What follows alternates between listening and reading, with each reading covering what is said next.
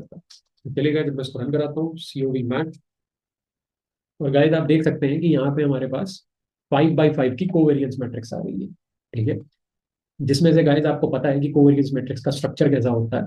इसके जो डायगोनल्स होते हैं उस पे हर वेरिएबल की खुद ही से कोवेरियंस की वैल्यू रखी होती है। और गाइस आपको अच्छे से पता है कि जब आप किसी भी वेरिएबल की खुद ही से कोवेरियंस कैलकुलेट करते हैं then that thing is called a variance. तो इसका मतलब पहले कॉलम की वेरियंस 18 है, दूसरे कॉलम की वेरियंस 4.5 है, तीसरे कॉलम की वेरियंस 8 है, चौथे कॉलम की वेरियंस 0 है, पांचवें कॉलम की वेरियंस 2 है।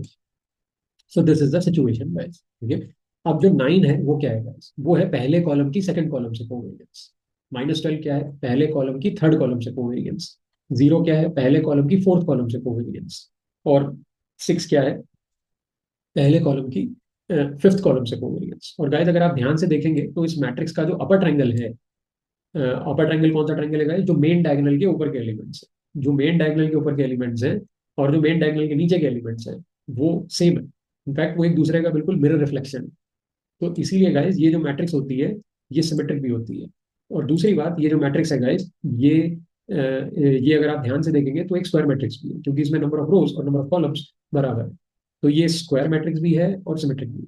ठीक है, ये कोवेरियंस मैट्रिक्स की एक बहुत इंपॉर्टेंट प्रॉपर्टी होती है कि आप जब भी अपने किसी डाटा के लिए कोवेरियंस मैट्रिक्स निकालेंगे जिसमें बहुत सारे अलग अलग वेरिएबल्स का डाटा अलग अलग कॉलम्स में पड़ा हुआ है, तो आपकी जो कोवेरियंस मैट्रिक्स का साइज आएगा वो number of columns into number of columns ही आएगा।